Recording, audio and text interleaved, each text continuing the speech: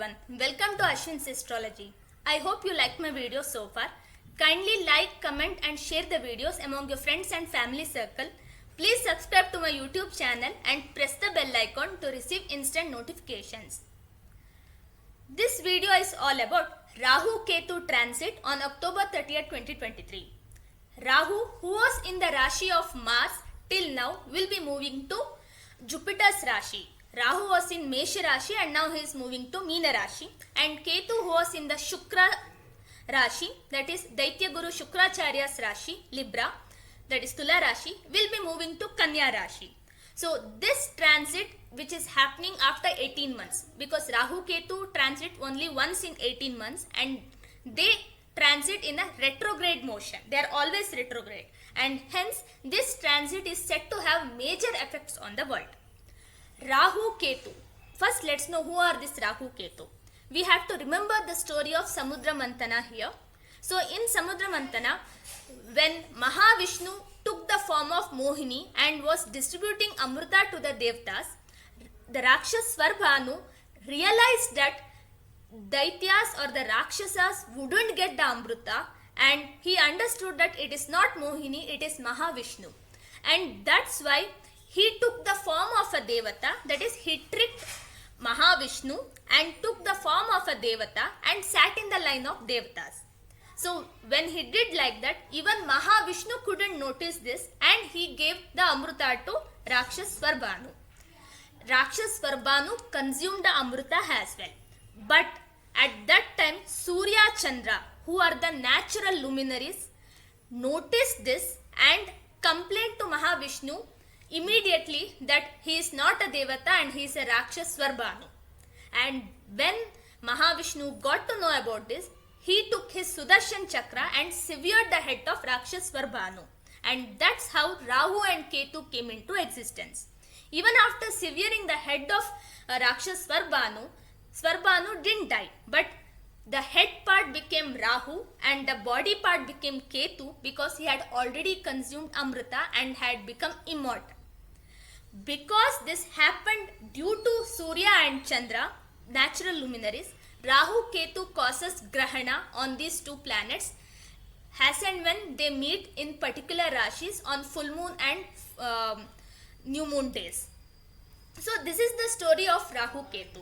But after that they went to Bhagwan Shiva and did complain about that, and for which Bhagwan Shiva gave them the status of Chaya Grahas in the horoscope.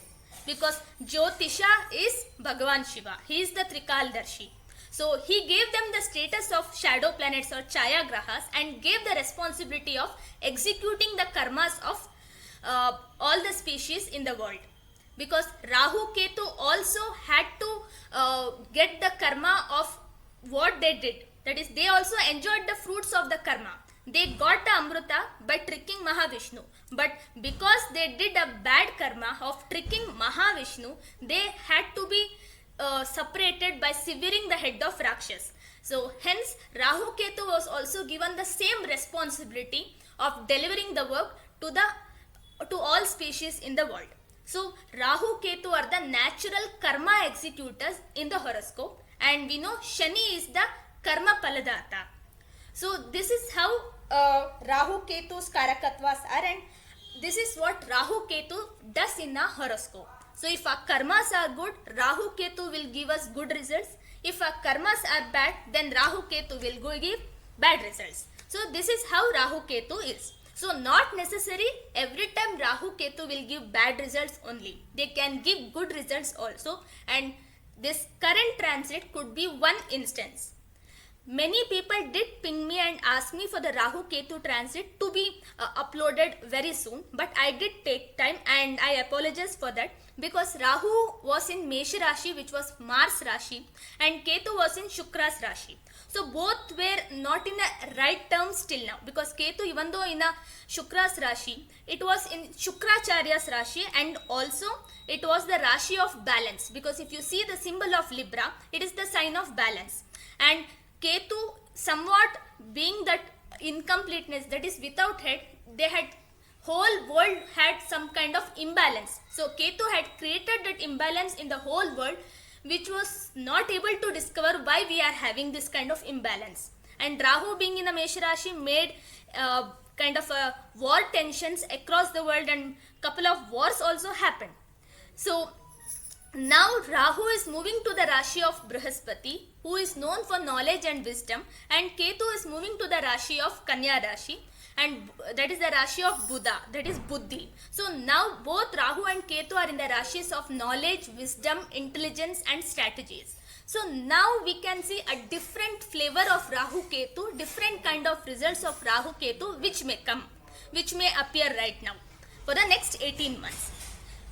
The main reason of Rahu and Ketu of giving these kind of results is that because they are Chaya Grahas, they don't have any physical existence, and they don't own any kind of signs, and they don't have any kind of lordships also.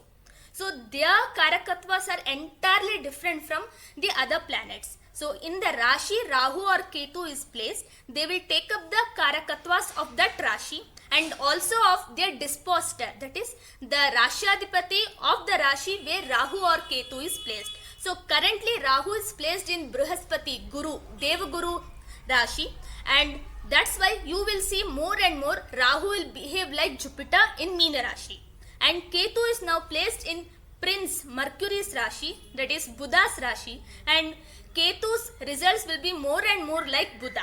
So this is how we can analyze from first step how Rahu Ketu transits could be for the whole world.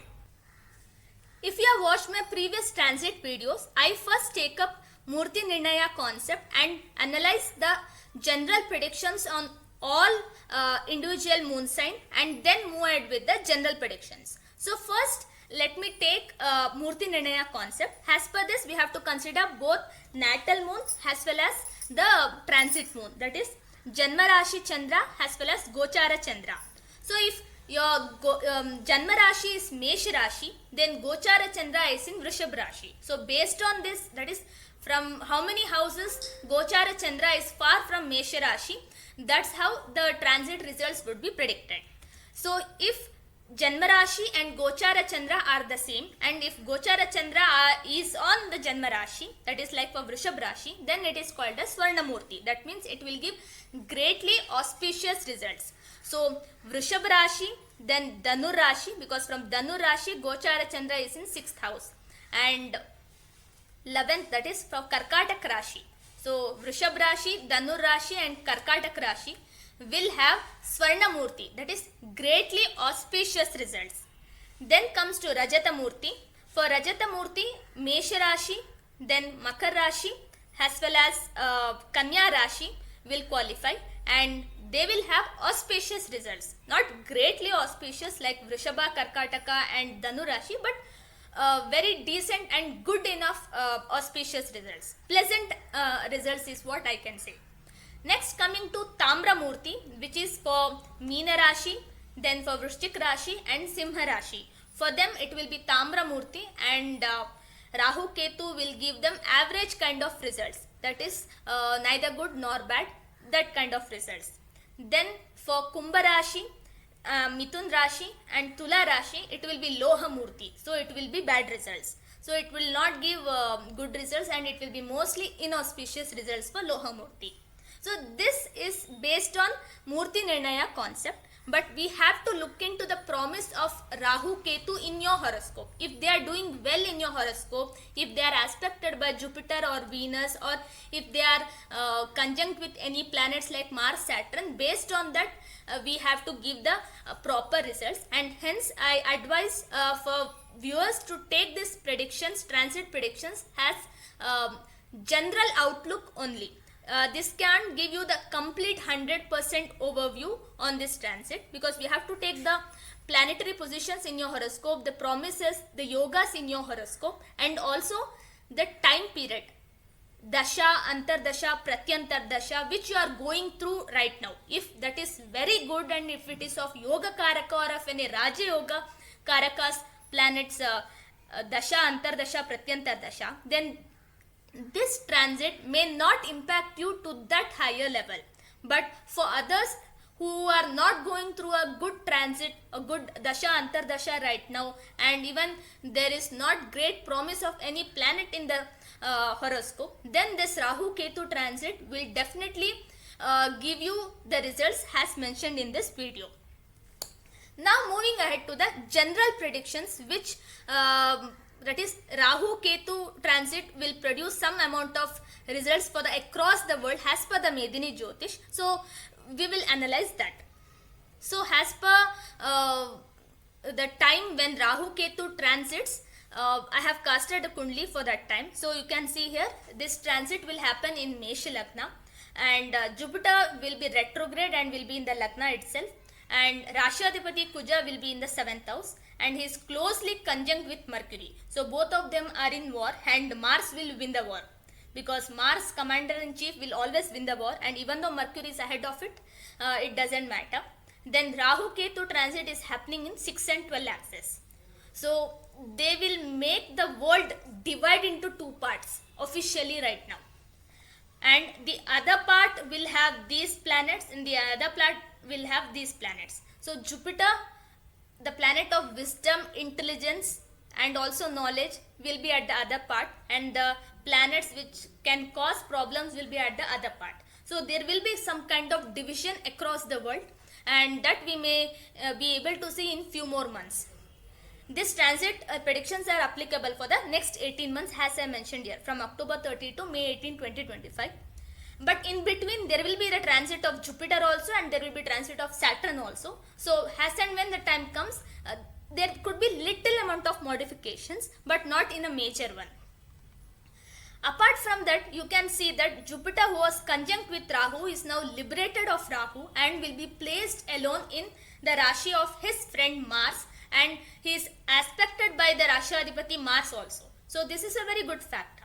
And then Moon, who is the natural fourth lord for this Lagna, will be placed in 2nd house, and he is exalted and very close to deep exaltation point also.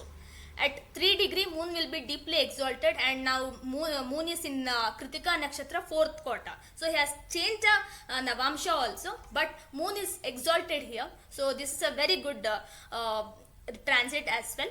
So Moon is in the natural 2nd house, that is a Dhanbhava, and from the Lagna at the time transit happens. So this is also good.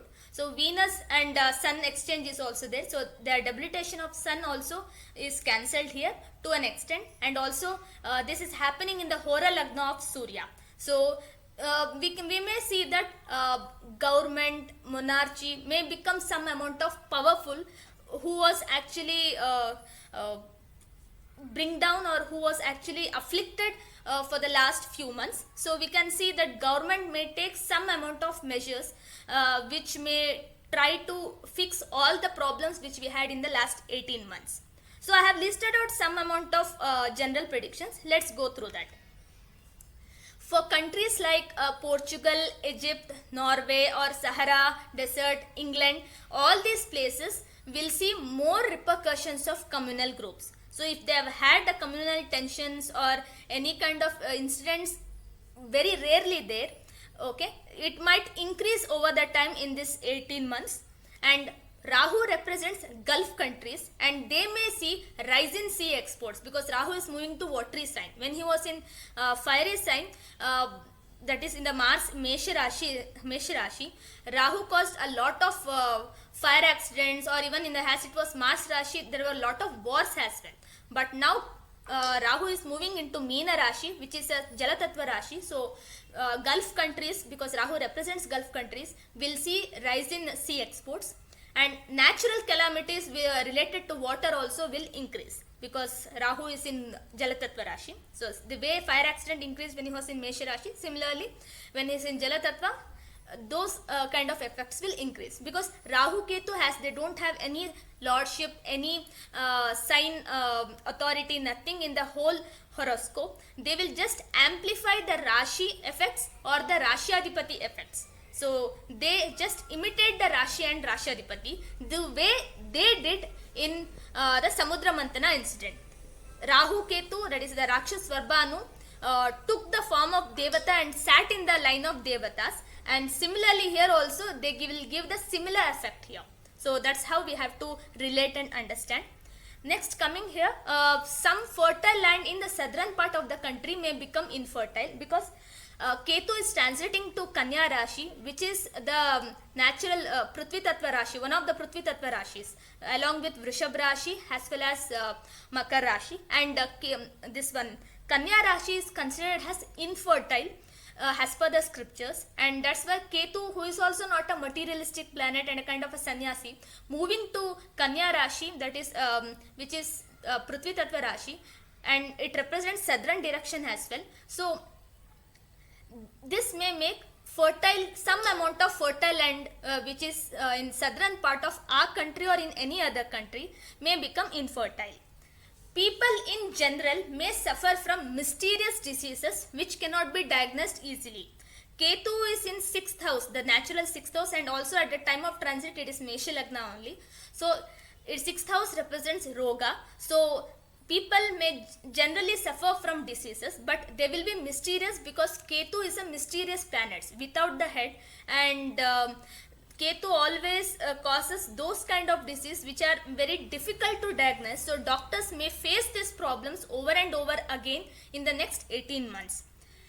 Because Jupiter is getting liberated of Rahu, banking sector may get some amount of reformations after a lot of cleanups. So here we can see Jupiter now is alone and now is out of Rahu's clutches. So Jupiter Rahu conjunction in the last 7 months, whatever they had caused, that will be that will have to be fixed. So many scandals may come out of private finance companies, cooperative societies, or any kind of financial frauds which had happened in these last 18 months may pop out now. Not just last 18 months or even before that also, because now because Jupiter has come to this Rashi, so he will start clearing out that. And because Saturn is also aspecting Jupiter here, both the planets are retrograde currently. So because Saturn now from November 4th onwards he will turn direct, and currently he is in stationary mode. So Saturn is for regulations and for law and all, along with Jupiter, because Jupiter is for policies and all. So we may see a new kind of policies, reformations happening, and also because Saturn is aspecting there, we may see most of the banking sector will start performing well as well over the time, but it will happen very slowly. Then also economy may improve slowly with right measures. If you can see here, Jupiter is now placed alone, so he is out of the clutches of Rahu, and also Mars will move out, and Mars is not a malefic also here because he will be aspecting his own Rashi, and Saturn is also aspecting here. So a lot of reformations will again take place, and slowly economy will improve, because after Russia-Ukraine war, most of the economies were destroyed, and people were clueless like what actually happened. So now they might start getting an opportunity to correct it, and right measures would be taken in that direction. So after May 2024, we may see rise in economy, the steady rise in economy. So this was the general predictions from Medini Jyotish point of view. So if you like the video, kindly like, share and subscribe, and please drop in your comments any kind of suggestions or feedback. In the next video, I'll come up with the detailed individual moon sign prediction. Until that, thank you and have a good day.